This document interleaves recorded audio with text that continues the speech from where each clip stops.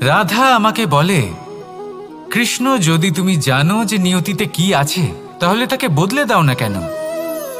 মহাদেব আমাকে বলেন যে শ্রীকৃষ্ণ, যদি আপনি এটা জানেন যে সাম্বের নিয়তি এটাই, তাহলে আপনি তাকে বদলানোর চেষ্টা কেন করেন? কেন? কারণ আমি একজন পিতা, আর পিতার কর্তব্য এটাই, তিনি যেন সম্ভাব্য সব চেষ্টা করেন নিজের সন্তানের মঙ্গলের জন্য।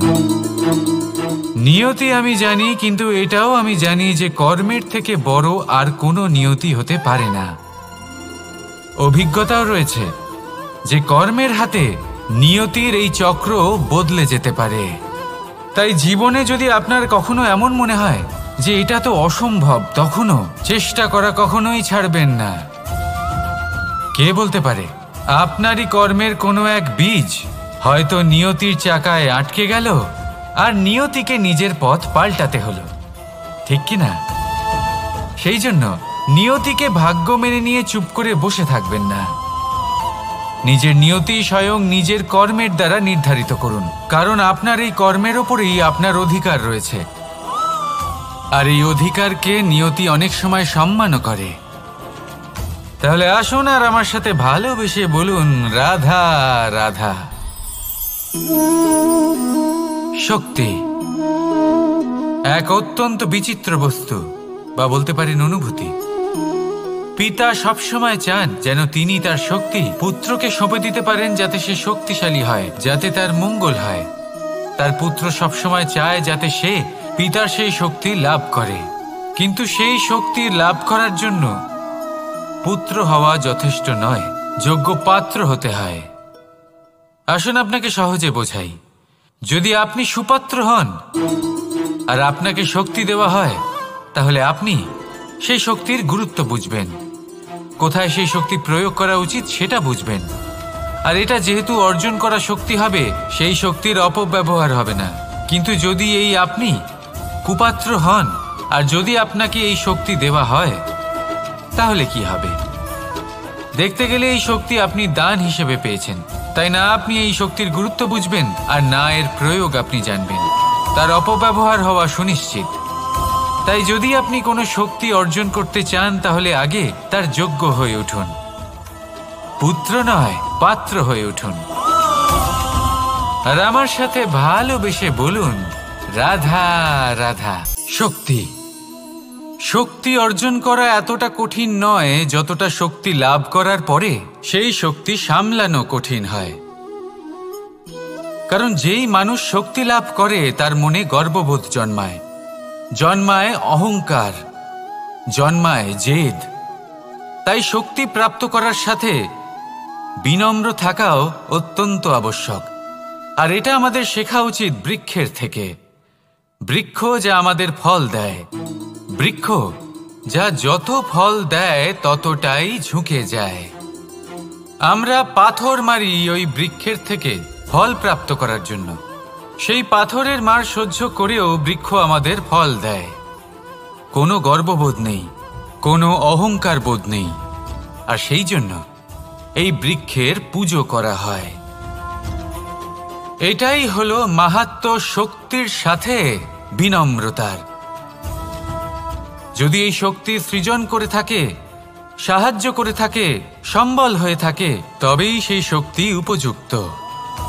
আর নয়তো সেই শক্তি একদিন আপনাকে আসক্ত অবশ্যই করবে। তাহলে শক্তি অবশ্যই অর্জন করুন, কিন্তু তার সাথে সেই শক্তি সামলানোর মতো বিবেকও আপনাকে অবশ্যই জাগ্রত করতে হবে। তাহলে আসুন আমার সাথে ভালোবেসে বলুন, রাধা রাধা। কথায় আছে, প্রত্যেক পুত্র তার পিতার প্রতিচ্ছবি হয়, আর সমস্ত প্রতিচ্ছবি চায় যেন সে তার অস্তিত্ব প্রাপ্ত করতে পারে। পুত্র চায় সে যেন তার পিতার মতো হয়, বা কখনো কখনো তার থেকেও শ্রেষ্ঠ হয়। সেটা কোনো অনুচিত ব্যাপার নয়। অনুচিত তখন হয় যখন পুত্র নিজের পিতার মতো হবার স্বপ্ন পূরণ করতে গিয়ে বা তার থেকেও শ্রেষ্ঠ হওয়ার স্বপ্ন পূরণে অনুচিত পথের আশ্রয় নেয়। কারণ তারপরে সে তার পিতার গুণগুলি আত্মসাৎ করতে চায় না। সে শুধুই এটা চায় যে সংসারের চোখে যেন আমি শ্রেষ্ঠ প্রমাণিত হই। এটা অনুচিত। সংসারে এমন অনেক মানুষ আছেন যারা এই কারণে শ্রেষ্ঠ হবার চেষ্টা করেন যাতে তার পরিবারের তার পিতার সম্মান বৃদ্ধি পায়। এমনও মানুষ থাকেন, আর এটাই হলো পার্থক্য উদ্দেশ্যের। মনে রাখবেন, যদি আপনার উদ্দেশ্য শুভ হয় তাহলে পথও শুভ হবে, যদি আপনার উদ্দেশ্য অশুভ হয় তাহলে পথও অশুভ হবে। তাহলে নিজের পিতার মতো হবার চেষ্টা অবশ্যই করুন, তার থেকেও শ্রেষ্ঠ হওয়ার চেষ্টা অবশ্যই করুন, কিন্তু মনে রাখবেন আপনার সংকল্প আর আপনার উদ্দেশ্য এই দুই শুভ হওয়া উচিত। তাহলে আসুন আর আমার সাথে ভালোবেসে বলুন, রাধা রাধা। অহংকার অত্যন্ত বলশালী হয়। এই অহংকার মানুষকে কখনো নত হতে দেয় না। অদ্ভুত ব্যাপার, এই অহংকার যা মানুষকে কখনো নত হতে দেয় না, সেটাই তার পতনের কারণও হয়ে দাঁড়ায়। যেখানে মানুষ এটা ভাবতে শুরু করে যে শুধুমাত্র সেই যোগ্য, সেখান থেকেই তার পতনের আরম্ভ, ঠিক কিনা? দেখুন, যদি কোনো মানুষ এটা ভাবে যে আমি এই সব কিছু করতে পারি, তাহলে তা হলো বিশ্বাস। কিন্তু যদি সে এটা ভাবতে থাকে যে শুধুমাত্র আমি এই কাজ করতে পারি, তাহলে তা হলো সেই ব্যক্তির অহংকার, আর এটা আপনাকে বিনাশের দিকে অবশ্যই নিয়ে যাবে। মনে রাখবেন, যখন আমি আর শুধুমাত্র এই দুই এক হয়ে যায়, সেখান থেকে আপনার পতনের সূত্রপাত হবেই। তাই আপনি কখনোই এই অহংকারের চক্রব্যূহে ফেঁসে যাবেন না। বিশ্বাস রাখুন নিজের ওপর এবং অন্যের ওপরও, আর মনে রাখবেন বিশ্বাসের মধ্যে বিশ্বের প্রত্যেকটা বস্তু বসবাস করে। তাই এই অহংকারকে ত্যাগ করে ফেলুন আর আত্মবিশ্বাসের ওপর মনোসংযোগ করুন, আর আমার সাথে ভালোবেসে বলুন, রাধা রাধা। মানুষ নিজের জীবনে ঈশ্বরকে খুব মান্য করে, ওনার জন্য কি না করে। ভিন্ন ভিন্ন নামে তাকে স্মরণ করে, তাকে পুজো করে, তার আরাধনা করে। সে জানে যে ঈশ্বর তাকে শক্তি অবশ্যই দেবেন, তাকে সাহায্য অবশ্যই করবেন। কিন্তু যখন প্রশ্ন আসে গুরু এবং ঈশ্বরের, তখন গুরুর মান কখনো কম হওয়া উচিত নয়। কারণ সত্যি বলতে কি, গুরুই হলেন সেই সিঁড়ি যা বেয়ে আপনি ঈশ্বরের কাছে পৌঁছানোর পথ খুঁজে পাবেন। সেই পথ আপনি গুরুর থেকেই পাবেন। গুরু না থাকলে আপনি কখনো ঈশ্বর লাভ করতেই পারবেন না। আর জীবনে অনেক সময় লক্ষ্যের থেকেও অনেক বেশি গুরুত্বপূর্ণ হলো পথ। তাই এই পথের সম্মান করতে শিখুন, অর্থাৎ গুরুকে সম্মান করতে শিখুন, কারণ গুরুই হলেন পরমেশ্বর। তাহলে আসুন আর আমার সাথে ভালোবেসে বলুন, রাধা রাধা। আপনার জীবনে আপনার প্রকৃত বন্ধু আসলে কে? আপনার সব থেকে শ্রেষ্ঠ মিত্র আসলে কে? তিনি যিনি সময় এলে পরে আপনাকে সাহায্য করেন, নাকি তিনি যিনি সময় এলে পরে আপনাকে অর্থ দেন? দেখুন, আমরা হলাম মানুষ, আমাদের জীবনে লেনদেন চলতেই থাকে। এটা আমাদের জীবনের অভিন্ন অংশ। কিন্তু অনেক সময় এমন হয় যে আমরা তাকেই নিজের প্রকৃত বন্ধু বলে মনে করি, যিনি আমাদের একটা বহুমূল্য উপহার দেন, ঠিক কিনা? এবার আপনার জীবনে সেই বহুমূল্য উপহার কোনটা, ওই অমূল্য মিত্র আসলে কে, সেই সিদ্ধান্ত হলো আপনার। কিন্তু যদি আপনি আমাকে জিজ্ঞেস করেন, তাহলে আমার মতে স্বর্ণ, হিরে, মুক্ত, ধন এগুলো বহুমূল্য নয়।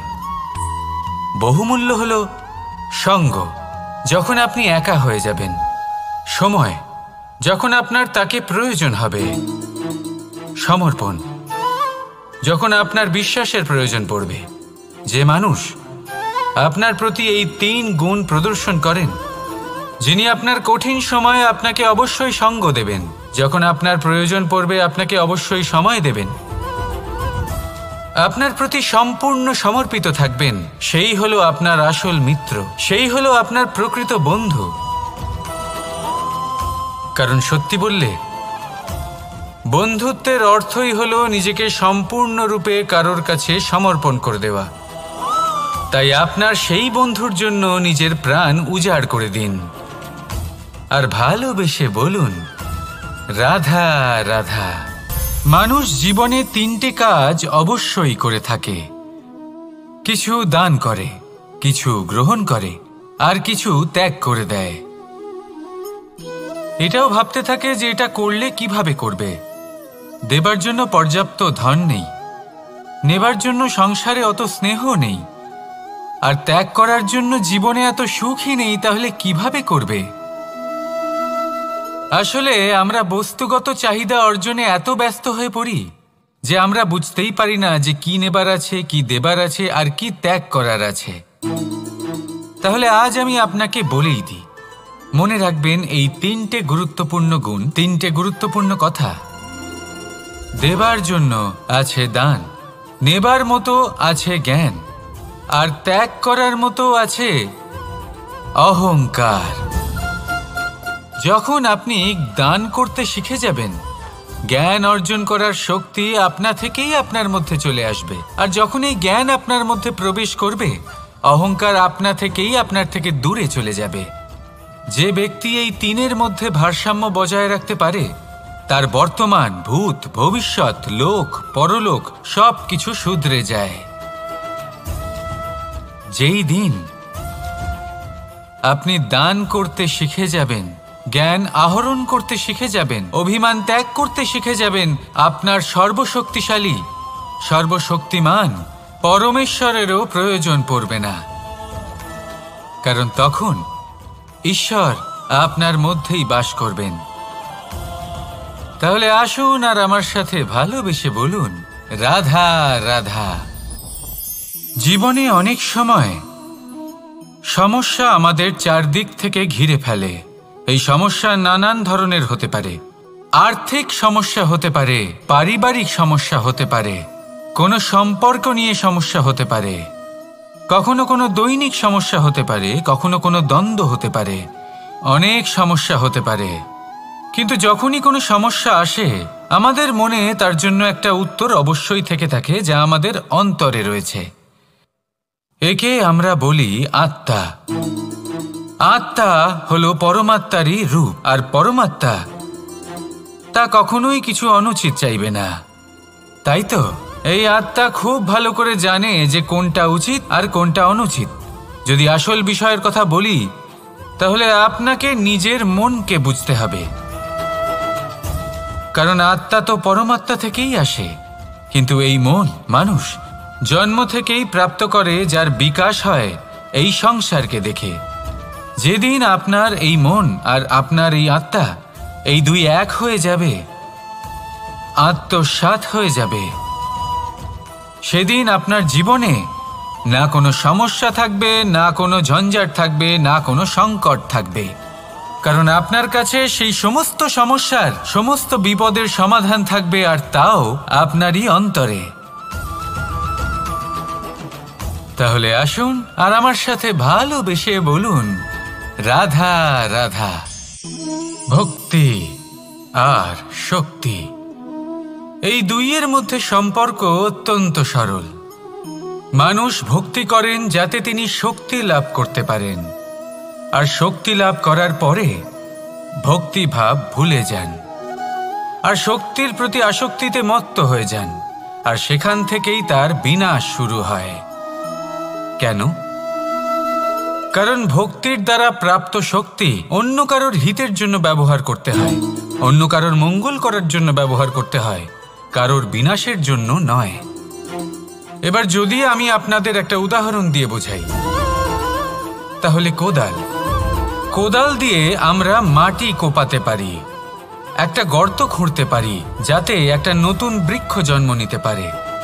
একটা বৃক্ষ যা অন্য জীবকে ফল প্রদান করবে, যাত্রীদের ছায়া প্রদান করবে। কিন্তু এই কোদালের ব্যবহার যদি আমরা অন্য কারোর ক্ষতি করার জন্য করি, তাহলে ক্ষতি শুধুমাত্র আমাদেরই হবে। তাই জীবনে যদি আপনি কোনো শক্তি লাভ করেন, হয়তো ভক্তির দ্বারা বা অন্য যেখান থেকেই হোক, তার সদ্ব্যবহার করতে শিখুন, নয়তো এই প্রাপ্ত শক্তি আপনার পতনের কারণ হয়ে দাঁড়াবে। তাহলে আসুন আমার সাথে ভালোবেসে বলুন, রাধা রাধা। বরদান অত্যন্ত বিচিত্র এক বিষয়, কিন্তু দেখতে গেলে এই বরদান কি না করতে পারে। এক দরিদ্রকে রাজা বানিয়ে দিতে পারে, একজন দুর্বলকে এই সংসারের সব থেকে শক্তিশালী ব্যক্তি বানিয়ে দিতে পারে। কিন্তু আমরা ভুলে যাই এক অত্যন্ত গুরুত্বপূর্ণ কথা। বরদান এই শব্দের শেষে দান লুকিয়ে রয়েছে। এই দান কথাটা অত্যন্ত গুরুত্বপূর্ণ। আমাদের মনে রাখা উচিত এই বরদান আমরা দানে পেয়েছি, আর তাই তার সম্মান করা উচিত, কখনোই অহংকার করা নয়। আর যে ব্যক্তি বরদান পেয়ে অহংকার করেন তার যা ক্ষতি হয় তা হলো এই বরদান তার থেকে কেড়ে নেওয়া হয়। বর অর্থাৎ শ্রেষ্ঠ, অর্থাৎ বরদানের অর্থ হলো একটা শ্রেষ্ঠ দান, এবং তার ব্যবহার যদি আপনি কারোর ক্ষতি করার জন্য করেন তাহলে ক্ষতি শুধুই আপনার হবে। তাহলে এই বরদানের সম্মান করুন, উচিত পথে চলুন, আর উচিত উদ্দেশ্য নিয়ে এর ব্যবহার করুন, সব কিছু ভালোই হবে। তাহলে আসুন আর আমার সাথে ভালোবেসে বলুন রাধা রাধা। পিতা আর পুত্রের সম্পর্ক অত্যন্ত মধুর হয়ে থাকে।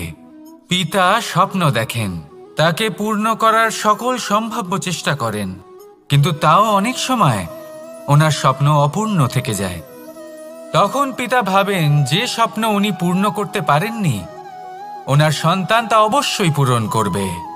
যে স্থানে উনি কখনো পৌঁছতে পারেননি সেই স্থানে ওনার পুত্র অবশ্যই পৌঁছবে।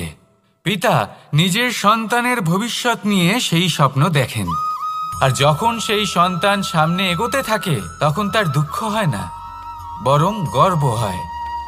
ওনার ভালো লাগে এটা দেখে যে ওনার সন্তান অনেক উন্নতি করছে। কিন্তু যখন সন্তান নিজের অভিভাবকের শক্তি দেখে, তার যশ দেখে হিংসা করতে থাকে, সমস্যা সেইখানেই শুরু হয়। সেই জন্য সকল সন্তানকে এটা মনে রাখতে হবে, দেখুন, পুত্র হবার সুবাদে, এক সন্তান হবার সুবাদে এটা হলো আপনার অধিকার যে আপনি আপনার পিতার থেকে বেশি উন্নতি করবেন। আপনার পিতাও এটাই চান, কিন্তু সুস্থভাবে এটা করুন। একটা রেখা টেনে নিন যাতে আপনি তাতে এগোতে পারেন আর আপনার পিতার তাতে গর্ববোধ হয়, আর সেই বিষয়ে দুঃখ না হয় যে আমার সন্তান আমাকেই ছোট করার চেষ্টা করছে। ইতিহাস সাক্ষী রয়েছে, যে মানুষ অন্য কাউকে ছোট করার চেষ্টা করেছেন সেই মানুষই ছোট হয়ে গেছেন। আর আমার মনে হয় না আপনি এটা চান, কারণ কোনো একদিন আপনিও কারোর পিতা হবেন। আসুন আমার সাথে ভালোবেসে বলুন রাধা রাধা। সাথী, সাথী এই শব্দটির ব্যাখ্যা কে কিভাবে করে? মিত্র, সখা, বন্ধু, কিন্তু অর্থ একটাই। তিনি যিনি আপনার সঙ্গী হন আর তিনি যার সাথী আপনি হন। এবার সব থেকে বড় প্রশ্ন হলো এটাই যে তিনি কে হতে পারেন যাকে আপনি আপনার সাথী বলে মেনে নিতে পারেন, নিজের সখা, নিজের মিত্র, নিজের বন্ধু মেনে নিতে পারেন। আপনার সাথী হলেন তিনি যিনি দুঃখের সময় আপনার পাশে থাকবেন, আপনার হাত ধরে থাকবেন। আপনার সাথী হলেন তিনি যার হাত আপনি নিজের সুখের দিনে ধরে থাকবেন। সেই সাথীরই হাত ধরুন যিনি দুঃখে সবসময় আপনাকে সাহায্য করার জন্য তৎপর হয়ে থাকেন, আপনার পাশে থাকেন, আর যাকে সুখের দিনে আপনি আপনার সাথে রাখতে পারেন। আর যখন আপনার সাথে আপনার এই সাথী থাকবে তখন আপনি এটা বুঝবেন যে যখন জীবনে দুঃখ আসে তখন এই দুঃখ কমে যায়, সবার মধ্যে ভাগ হয়ে যায়। আর যদি তখন সুখ আসে তাহলে সেটা সবার উপস্থিতিতে আরো বেড়ে যায়। এটাই হলো প্রেম, এটাই হলো ভালোবাসা, এটাই হলো সঙ্গ, যেমন সম্পর্ক আমার আর রাধার মাঝে। তাহলে আসুন আর আমার সাথে ভালোবেসে বলুন রাধা রাধা। আমাদের মনে যখন কোনো প্রশ্ন ওঠে, কোনো দ্বন্দ্ব জাগে, তখন আমরা যাই আমাদের গুরুর কাছে, আমাদের আরাধ্যের কাছে গিয়ে জিজ্ঞেস করি। এইভাবেই একদিন আমি পৌঁছলাম আমার আরাধ্যের কাছে, আমার মহাদেবের কাছে, আর ওনাকে প্রশ্ন করলাম যে মহাদেব, জীবনে আনন্দ পাওয়ার, উৎসব পালনের, প্রেম ভাগ করে নেবার, জীবনকে উপভোগ করে নেওয়ার সর্বশ্রেষ্ঠ সময় কোনটা? মহাদেব হাসলেন আর উনি বললেন, জীবনে উৎসব পালনের সব থেকে শ্রেষ্ঠ দিন হল মৃত্যুর ঠিক আগের দিনটা। প্রেম ভাগ করে নেওয়ার সব থেকে শ্রেষ্ঠ মুহূর্ত হল মৃত্যুর ঠিক আগের মুহূর্ত। জীবনকে উপভোগ করে নেওয়ার সর্বশ্রেষ্ঠ প্রহর হল মৃত্যুর এক প্রহর পূর্বে। তখন আমি চমকে গেলাম। আমি বললাম, কিন্তু মহাদেব, মৃত্যু তো অনিশ্চিত, আমরা জানিও না কবে আমাদের মৃত্যু হবে। মহাদেব আবার হাসলেন। উনি বললেন যে যদি আমরা এভাবে জীবন কাটাই যে আমরা জীবনের প্রত্যেক দিন, প্রত্যেক মুহূর্ত, প্রত্যেক প্রহর শেষ বলে মনে করি, তাহলে আমাদের সমস্ত জীবন আনন্দের সাথেই অতিবাহিত হবে। কি বলেন? তাহলে আপনিও এই কথা মনে রাখুন আর আমার সাথে ভালোবেসে বলুন, রাধা রাধা।